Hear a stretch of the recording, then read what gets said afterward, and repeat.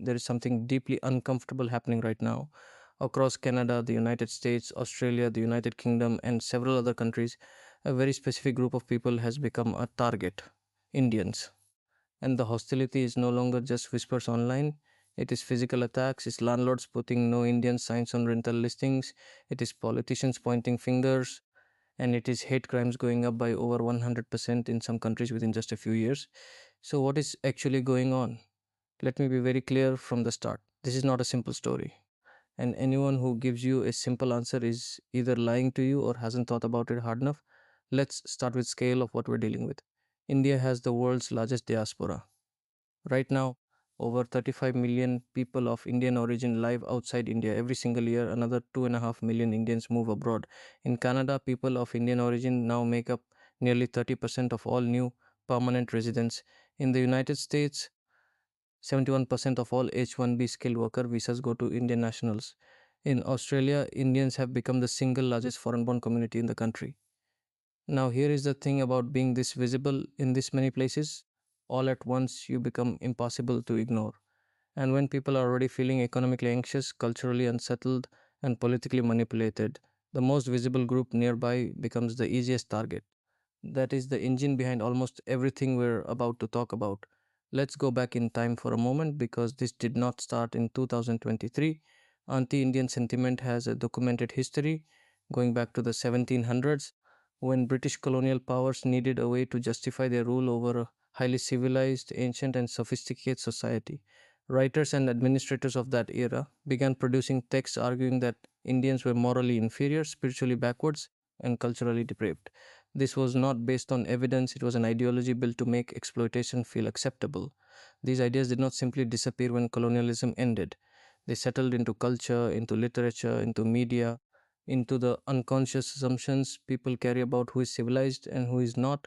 When Indians began migrating to the West in large numbers in the 20th century, they walked into societies that already had a pre built image of them, and that image was not flattering. But history alone does not explain the sharp rise we are seeing right now. Something more specific triggered this recent wave. After the COVID-19 pandemic, many Western governments opened their doors very wide to migrants trying to fill gaps in their labor markets. Canada, Australia, and the United Kingdom all dramatically increased immigration. Indian nationals responded in enormous numbers, and then several problems appeared. Problems that governments created but were very happy to let migrants take the blame for. Housing prices exploded. In cities like Toronto, Vancouver, Sydney, and London, the cost of renting or buying a home became completely unaffordable for many local people. These housing crises were the result of decades of bad policy, governments that failed to build enough homes, allowed too much foreign investment in property, and kept interest rates low for too long. But when ordinary people are struggling to afford a roof over their heads and they look around and see a large visible new community arriving at the same time, the anger flows in the wrong direction. Job competition followed a similar pattern. In the technology sector, especially, Indian workers on H-1B visas in the United States and equivalent visas elsewhere were seen as taking positions that local workers believe should belong to them. The anger has a grain of truth embedded in it. Companies do use these visa programs to pay workers less than they would pay citizens, but the workers themselves are not the ones exploiting the system, they are also being exploited. That nuance rarely makes it into a TikTok video. And that brings us to social media, which has transformed this from a slow cultural tension into a fast moving fire. A report published in 2025 tracked anti Indian posts on X, formerly known as Twitter, between July and September of that year.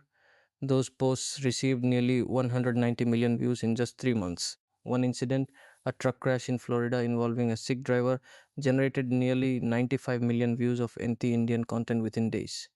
A single event taken completely out of context, weaponized to stigmatize 35 million people. This is the modern structure of hate. It doesn't require a racist government or a formal ideology.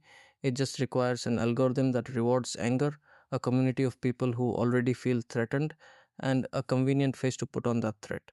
Now, here is the part that most conversations about this topic completely avoid. A significant portion of the hostility Indians receive around the world comes not from their failures but from their success. Indians run 24 Fortune 500 companies. They dominate medical schools, engineering programs, and technology departments across the Western world. India sends more remittances home than any other country, about 120 billion US dollars in 2023 alone.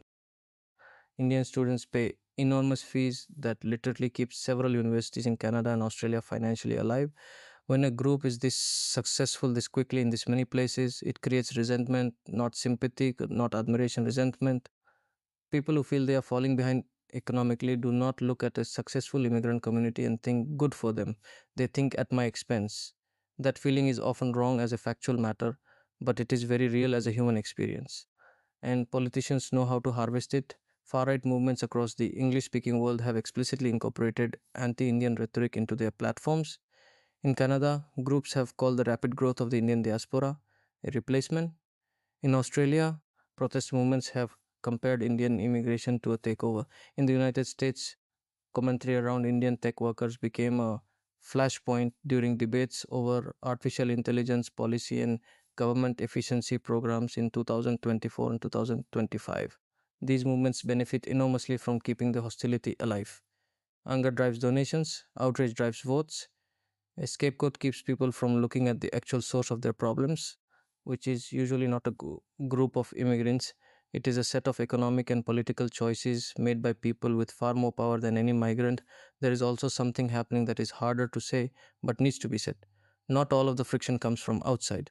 Some of the complaints about Indian communities abroad, around cultural insulation, around some forms of behavior that cause genuine friction in public spaces are real observations, not all invented by racists.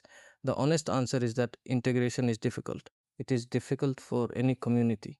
It is especially difficult when you arrive in very large numbers in a short period of time, when your home culture is very strong, and when the host country gives you very little structured support to help you understand local norms and expectations. This does not justify racism.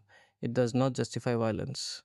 Nothing justifies the fact that violent attacks on Indians abroad went from 29 incidents in 2021 to 86 in 2023.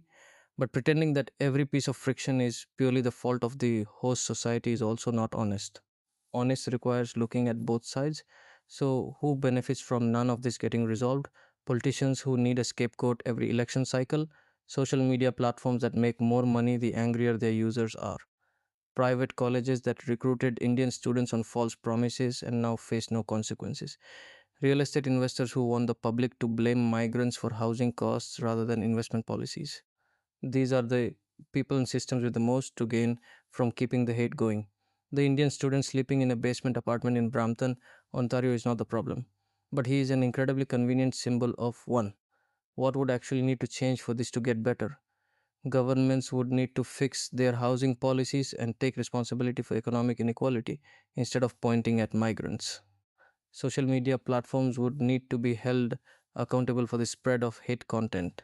The Indian government would need to better protect its citizens abroad and provide stronger preparation for immigrants. And communities, both host and migrant, would need to do the hard, slow, unglamorous work of actual integration.